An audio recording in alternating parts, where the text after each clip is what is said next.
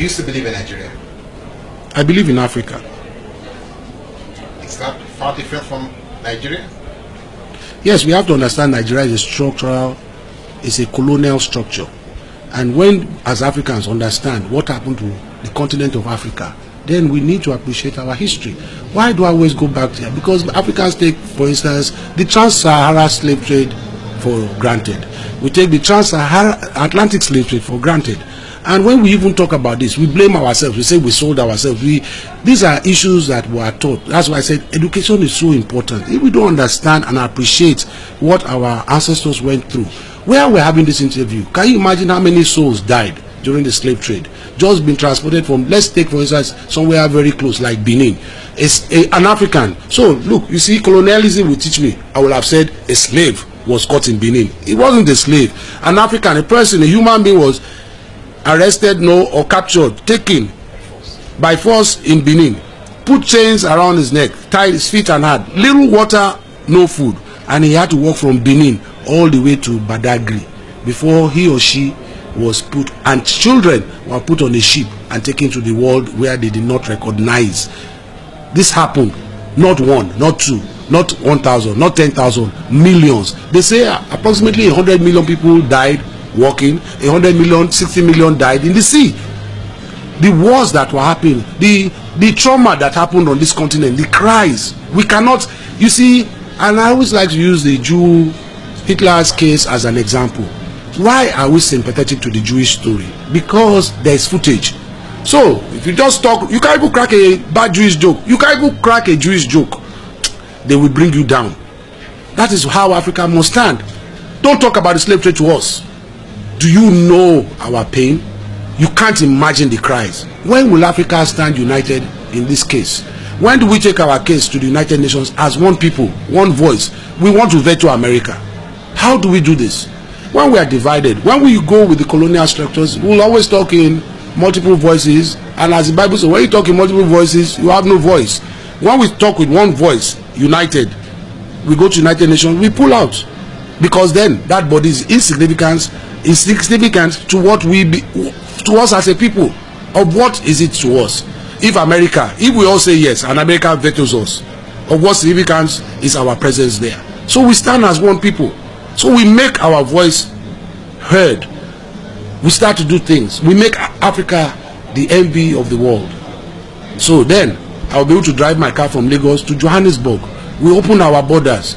Do you know that as a Nigerian, I'm fortunate to have a British, or should I say unfortunate, I don't know which way, to have a British passport. But if I want to go to South Africa, I don't have to go and apply for a South African visa. I just walk into South Africa, they stamp 3 months on my passport. As a Nigerian, I have to queue, and I probably will not get the visa.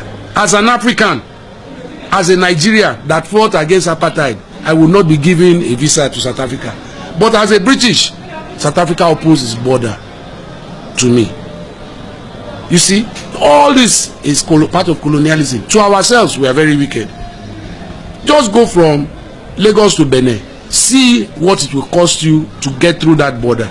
Even if your documents are correct, you will hate yourself at the end of the day. So is this a betrayal of African leadership? No, this is part of appreciating our history. We have not learned to appreciate ourselves or our history. When you understand 500 years of slavery, you can understand why this is happening.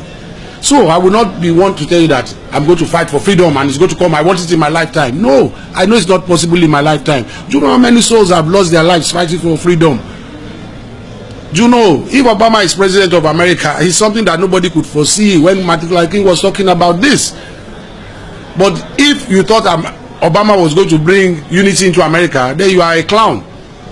So I'm sure, and if Obama too was thinking it's going to be an easy road, it must have been, it will be a joker, because the fight has just started. A black person probably will never get elected in the next 50 years, but we have seen the possibility. But is that where a black person should be even elected? Where is the African unity? Where is the brotherhood, the sisterhood of Africa? Where is fighting for the envy of Africa? Africa, the great continent. Where is all this? So when you appreciate this history, you understand why corruption is. You understand why we are the way we are. You understand why the fight must continue. You understand why the fight must end. When you understand all this, then you are cooler, you are calmer. You understand that violence is not the answer to this problem.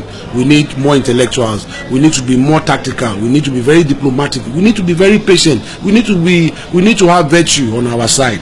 All these things must be in the fighters' weaponry and gallery. You're almost a new apostle now, if I may say that. But let's just say this: you are vastly read as a father.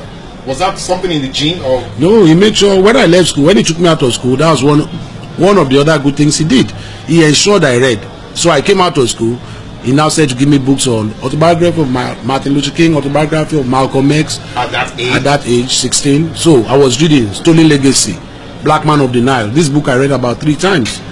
Then I went. So every time I was fortunate to travel, I went to any black library. So I was now reading. I became more read than him. So I was known like a professor in his house. And because I had read so much, I could read between the lines, because there are so many books you will read and the author is just trying to sweet-tone you to buttress his point, but doesn't mean he's right. So I was that kind of reader that I would read. I said, I read another book and this author is trying to sweet-talk me. The facts are not accurate. And he will say, how do I know? So I will now bring books. I said, I read. He said, you read this book too? He said, you are doing a lot of reading, or you are a professor. So everybody now knew that I was just reading and reading. I went spiritual. I was reading the Egyptian Book of the Dead, for instance. I wanted to know I was very curious about death. I was very curious that, wow, because at 16, 17, I was very frightful of death. And I was so frightful, and I could not understand my father's bravery. And so I wanted to be brave. So I said to look for research about what if I was killed? What if my father dies? I wanted to know about death. So I just said to read books. And you will not even believe I came first in BK in school self. I wanted information. And the only way I could get that information was by reading. Then after reading, I now stopped reading to now assimilate what I've read, come to my own conclusion, not be biased. So I am not racist. I'm not, even when I talk about Pan-Africanism, I understand that we need the West, we need medicine, we need to understand, we cannot be judgmental and say, yes, Europe came and took us as slaves, but then we must understand, why did Europe take us as slaves? It was a big, massive propaganda by the kings and queens of Europe to come. So they had to brainwash their own people that they are bringing cannibals, pagans, unreligious, monkeys, dirty hooligans from Africa. So they had to brainwash their people. When they said to bring out the Africans, imagine traveling that distance. I said, by the time you arrived Europe, you will look like a cannibal. But African, when we go back into our history, we were living like kings and queens.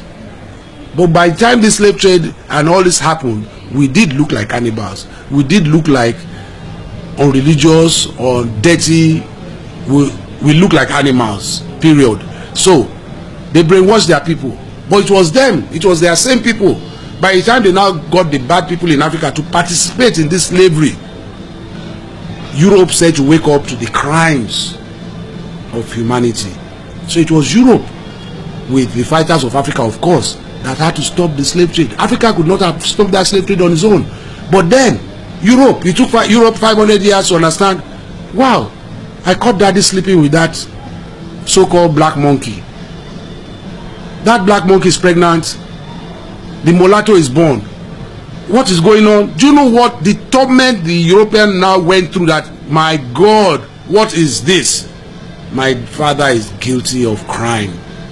It was them that now had to fight their own system to stop the slave trade. And Africa could not have stopped the slave trade without first them realizing they were wrong. So many of them, many Europeans saw the wrong.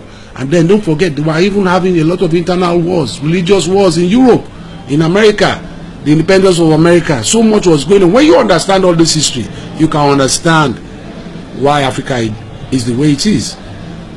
And then you have to appreciate why we have very, I won't want to say unintelligent people as leaders, but misinformed people as leaders, that we still talk about more states, blah, blah, blah. Instead of moving forward with Kwame Nkrumah's dream, Marcus Garvey's dream, and people like this. Now,